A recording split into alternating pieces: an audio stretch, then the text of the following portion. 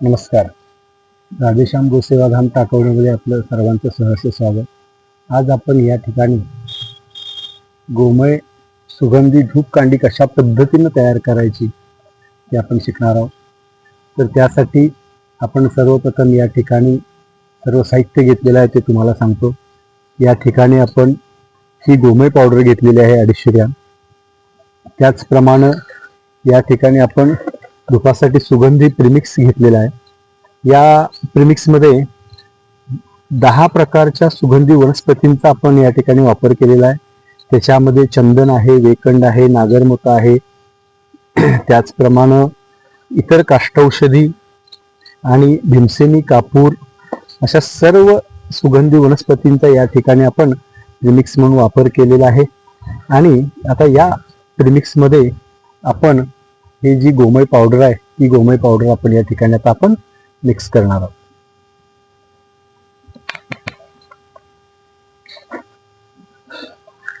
अशा पद्धतीनं आपण त्याच्यामध्ये गोमय पावडर मिक्स केल्यानंतर पूर्णपणे एकजीव करून घ्यायचा आहे.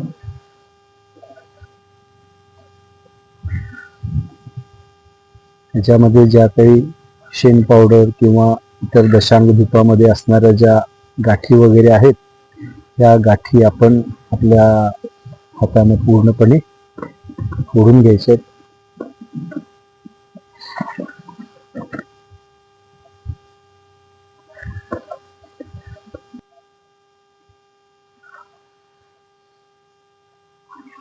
हा सुगंधी गोमय धूप तयार करत असताना आपण याच्यामध्ये बॉन्डिंग एजंट म्हणून आपण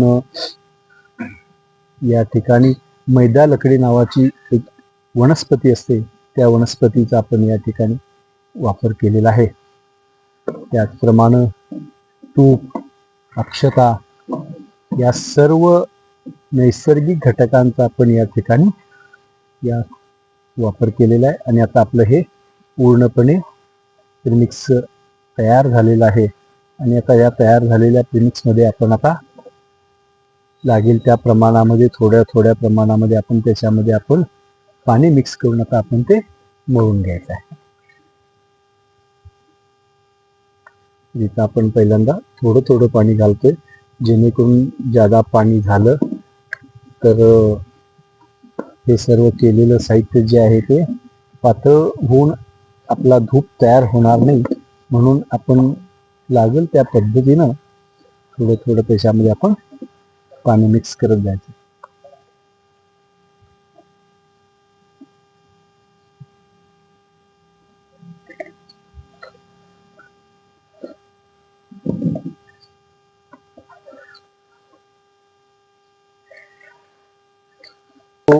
धूप आपण या ठिकाणी तयार करतोय हा नैसर्गिक धूप आहे. याच्यामध्ये कुठल्याही प्रकारचं इसेन्स किंवा केमिकल वापरलं जात नाही.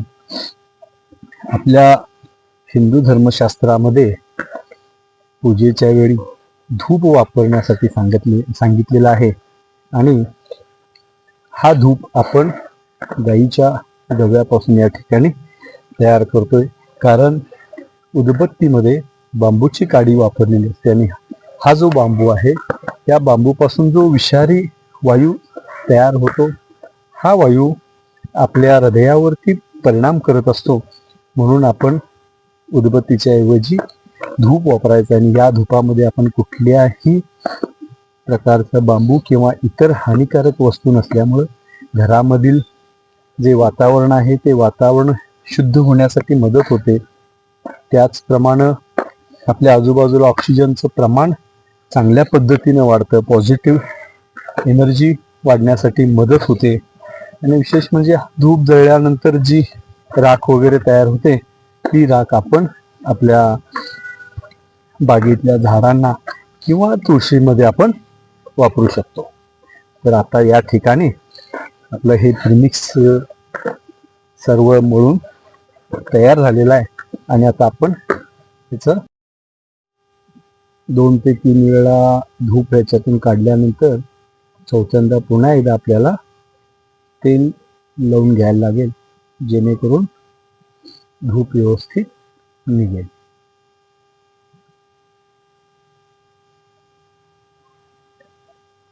आता हा जो साचा आहे त्या साच्यामध्ये आपण धूप भरणार आहोत.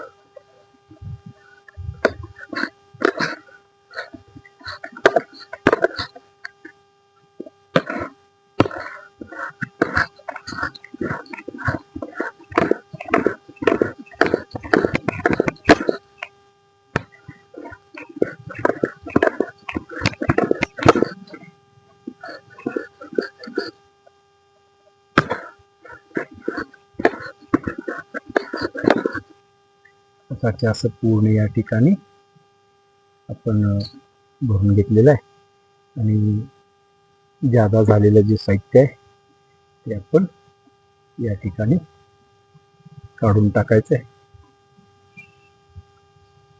दोन्ही बाजूला पूर्णपणे व्यवस्थित करून घेतल्यानंतर आपण आता या ट्रे मध्ये या ठिकाणी ही धूपकांडी काढणार आहोत.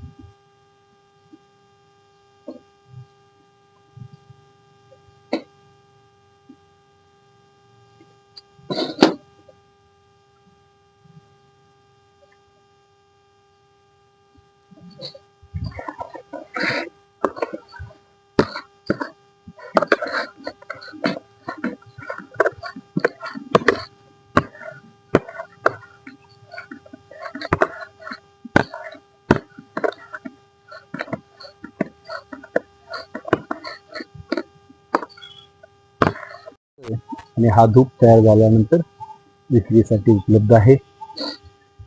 ज्यांना कोणाला होलसेल रिटेल धूप हवा असेल त्यांनी राधेश्याम गोसेवा धाम टाकवडेशी संपर्क साधावा. आपला फोन नंबर आहे 99 700 88 214 आणि सर्वांनी पर्यावरणपूरक गोमय धूपाचा वापर करून गोमातेची सेवा करावी.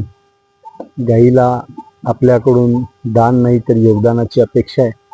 तर सर्वांनी जास्तीत जास्त पद्धतीनं हा गोमय धूप वापरावा आणि गोमातेला आपल्या राज्यमातेला सशक्त होण्यासाठी आत्मनिर्भर आणि स्वावलंबी होण्यासाठी सर्वांनी मदत करावी. धन्यवाद.